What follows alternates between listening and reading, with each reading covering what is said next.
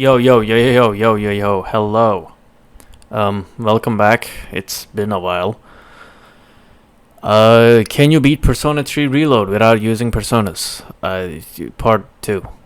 Now, I'm not gonna waste any time. If you remember where we left off, I forgot to save and then the game crashed, so we have to do the previous two bosses again. Let's just get that out of the way.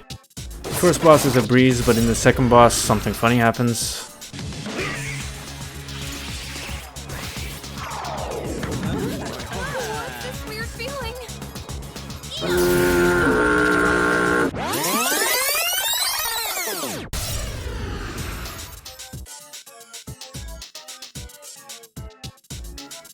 Unforgivable!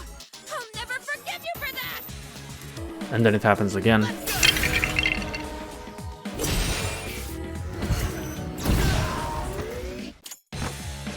never felt like submit to the light boy.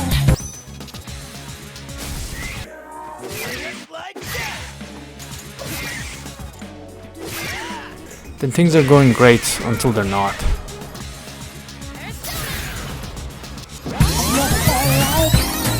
Submit to the light boy. This should help!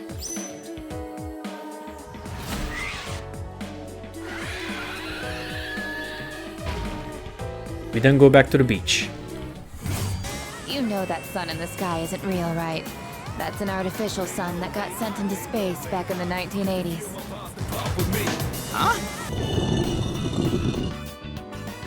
I don't know, man. I think I prefer my version of this cutscene.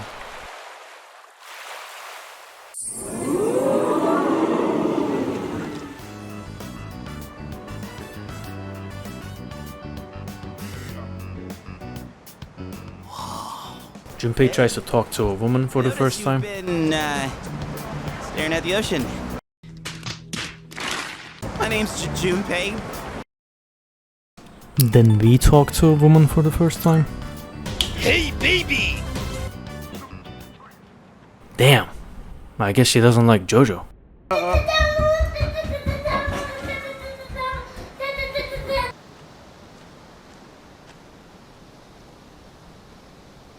Really?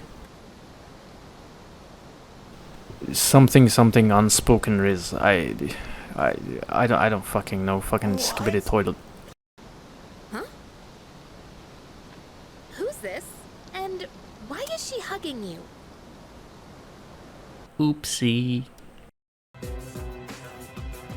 You are my sunshine. This is Aigis. As you can see, she's a machine with the form and face of a human girl. I am Aigis. How can a robot be this cute? What a cruel world. An anti-shadow weapon. Correct. I am capable of wielding the persona called Palladian. What the fuck is a persona? Then Junpei dies. I guess wait, that's not what water gun means!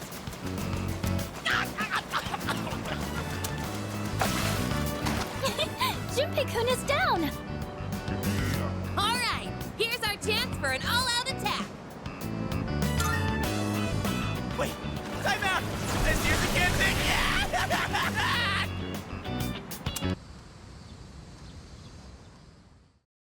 It is morning. I request that you wake up.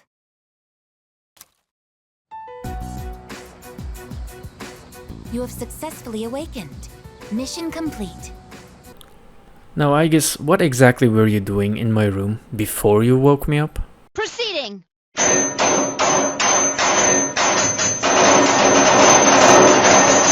Everyone here goes to a place called school in the morning. I comprehend. Later that day, we asked Yukari out, but we failed the charisma check.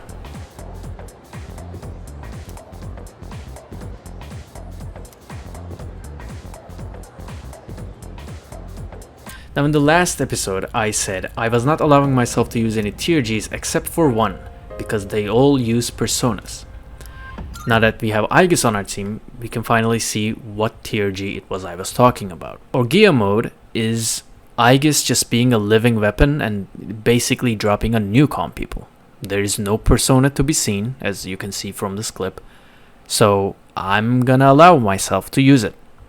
I mean, it's just a war crime. There's no personas to be found, right? It's good to be back.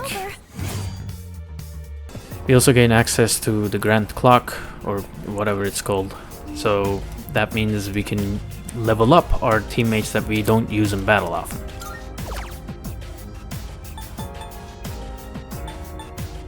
Anyway, the first boss is pretty straightforward. We walk up to it, we die, and then I forget to record myself beating it. So here's a clip of me saving a kitty from Tartarus. What? That I guess tries to talk Good to idea. plants. I'll give it a try. Hello? Hello? This is Aigis. If you can hear me, plants, then please respond. Unfortunately, there was no answer. Holy shit, Persona 3 FES answer mentioned? Then in the next fight, Roger Persona dies.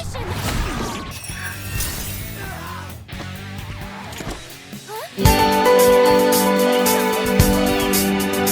have any healing?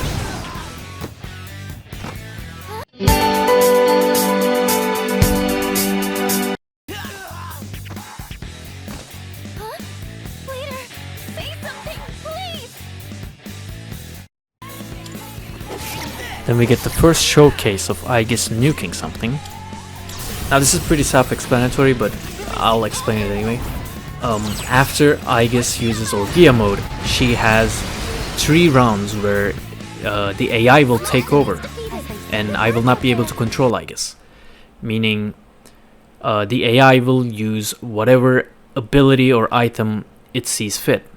And since abilities, Persona abilities I mean, do more damage than just basic attacks, the AI will almost always use Persona abilities, which is obviously not allowed. So I'm almost always going to be trying to end the encounter the moment Aigis uses her Orgia mode, or at least that turn. If not, then I will be praying for the AI to not use Persona abilities, although that's not a very good idea. And yes, if Aigis' AI uses Persona abilities, then that means we have to retry the fight again. Sorry to wake you.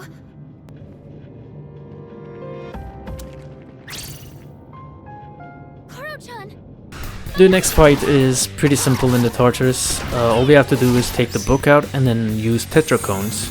I sadly have 3, which is enough, but our boy will die.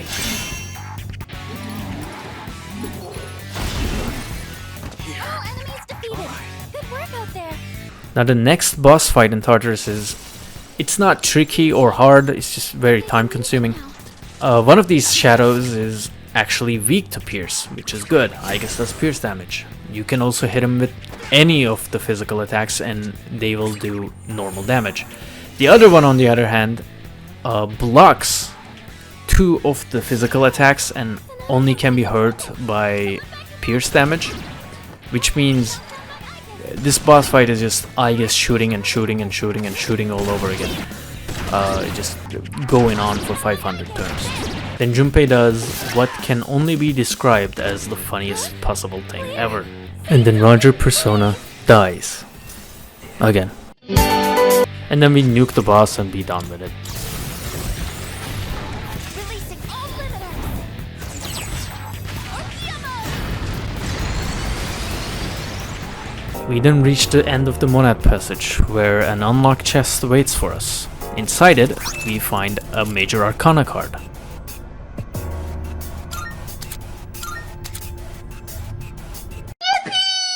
We then get to our first full moon of the video, where we're chilling, and then 2 psychos show up, and then talk shit, and then they leave. Have fun in there. Quick note, we are not going to have fun in there. And then we get to quite possibly the worst boss fight of this run. Why, you might ask? Let me show you. This is the rest of the video. This is the boss fight in its entirety. Actually, I lied. It wasn't even its entirety. I didn't record the entire fight because it was just taking too long. This boss fight took around 1 hour 15. And this was one singular attempt. This is a one attempt boss. It's not really hard, but it just takes so long. Now, why does it take so long? Now, if you played this game, which I'm assuming you did if you're watching this video, you would know that this boss in its combined form is resistant to everything, which, you know, includes our melee attacks. Our weapon attacks already do absolutely abysmal damage, and now that it resists, we do even less damage. And this thing has a huge health pool. Now, normally, the way this fight is supposed to work is you chip it a little bit, and then it separates into two different entities, the Chariot and the Justice. And the Chariot is resistant to physical, while Justice is resistant to magical. So you deal with them accordingly. However, the problem is, I have two theories.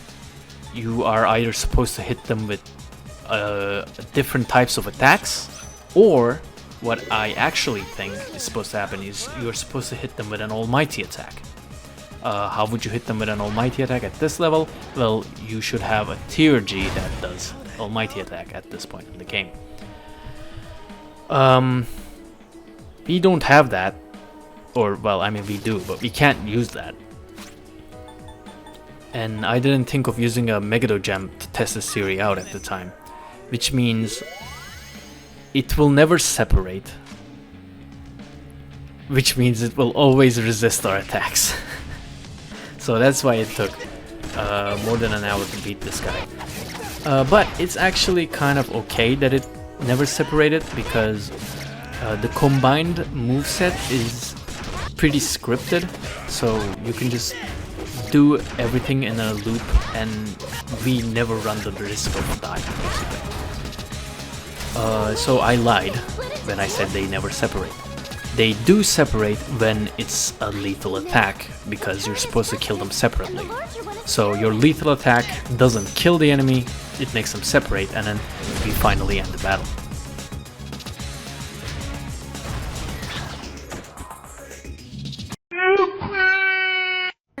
Oh my. The fuck? And then someone else joins our team. It's a dog. It's the fucking dog. Then we go to the doctors. As we're leaving the hospital, the dark hour happens, which means there's a shirtless man nearby. We fight together with the homeless man, and by fight together I mean we block, and then we block, and then we block again, and then the fight is over. Then mommy comes to pick us up. We then go back to Tartarus. One hand, two hand, three hand, you get the idea. And then the second boss is also just as easy.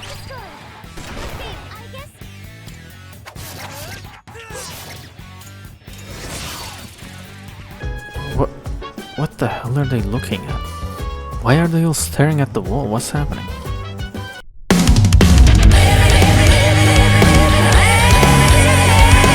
Then, to cope with the horrifying scene we just saw, we go out to eat by ourselves, whilst Junpei asks a very interesting question. What's she doing? Drawing? Then we get the best dialogue in the game.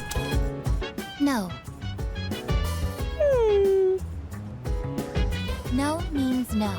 Then we get the worst In this dialogue in the game. country, almost 5,000 people die in car accidents every year. And yet, there is no outcry against the existence of cars. What the hell? Then we read books with the best girl. Then we go to the cinema with the best girl. And it's a different best girl. We save someone from Tartarus. Then we max out our groomer, and holy shit, is that the motherfucker who reflects physical?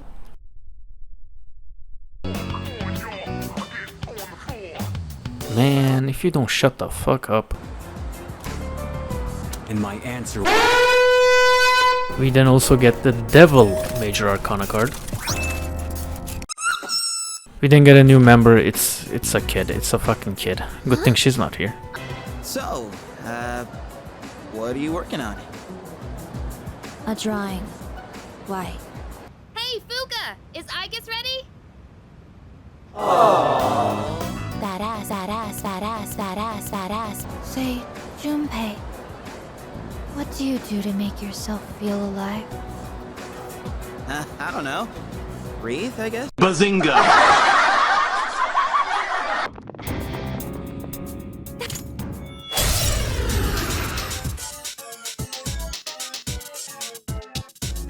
So this is one of those huge. Shut up, man.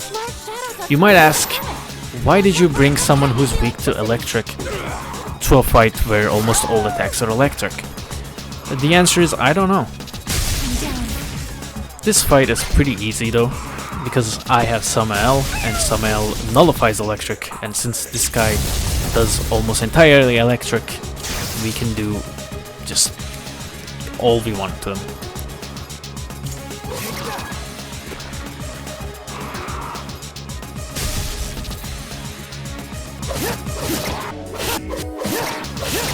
However, he does have an ultimate move. This is much scarier than his other moves, and it can actually hit us. Powered up significantly. Everyone, hang in there.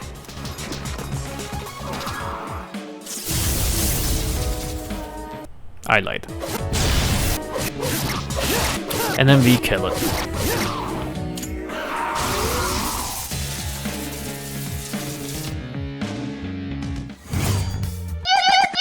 Then this happens. We buy equipment and hang out with the least depressed man in Persona 3. We plant weed at the rooftop, and then we get some cutscenes.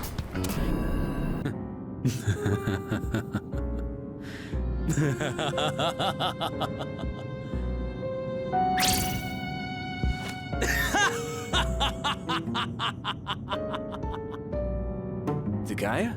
Spittle, you really do like to draw, huh?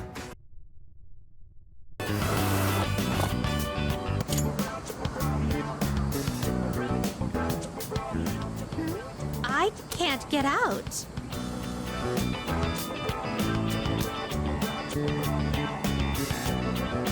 Oh dear, it's rather... We remember the tragedy. Two specials. Hang out with a homeless man until mom and dad show up. We reach the new block in Tartarus, which is just a piss filter. We're hanging out with a girl until... Can't be it, huh? Well, she probably doesn't like us in that way, right?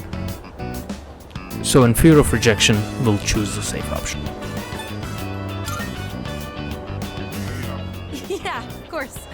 I sure am lucky to have such a good friend who's so kind and reliable. Homeless man gives us a quest, which results in a long backstory. Back in middle school, I... Sorry. Since it's you, I guess I'll say it. I ain't gonna live much longer. Wow. Spoilers, dude. Then a naked homeless dude tries to get us involved with his cult. We kindly reject him. Such is the fate of a persona that has gone berserk. For the last time, I don't know what a persona is.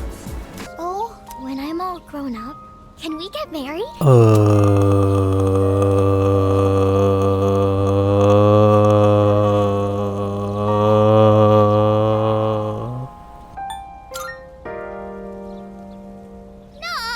you're supposed to say yes.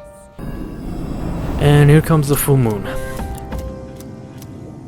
This is kind of like Chariot and Justice in the sense that the main boss is resistant to every physical attack, but the second one is weak to strike damage, so this is just going to be another case of attack it for an hour straight and then it dies.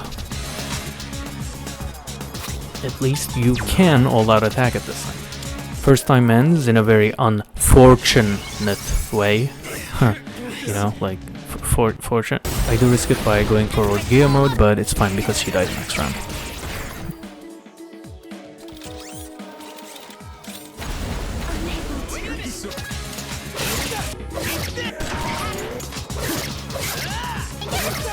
Final takedown strength and fortune is a freebie.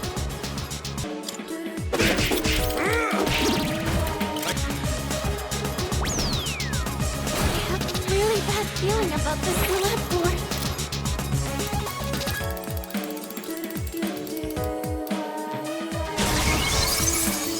No one died. What a useless ability.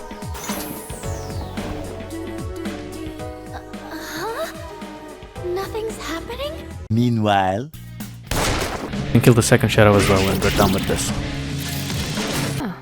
No one else Turns is out back the yet? little kid and the homeless man are missing. They're probably chilling though. Do it.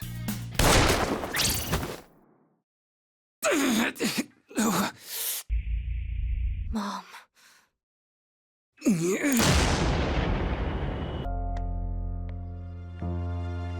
We miraculously make it in time to watch Shinji die. Hang in there!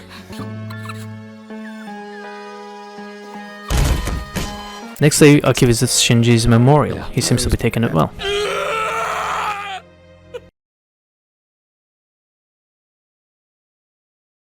We then visit Shinji's room and his equipment. Oh. I guess he really is dead, huh? I suppose I shouldn't have leveled him up then.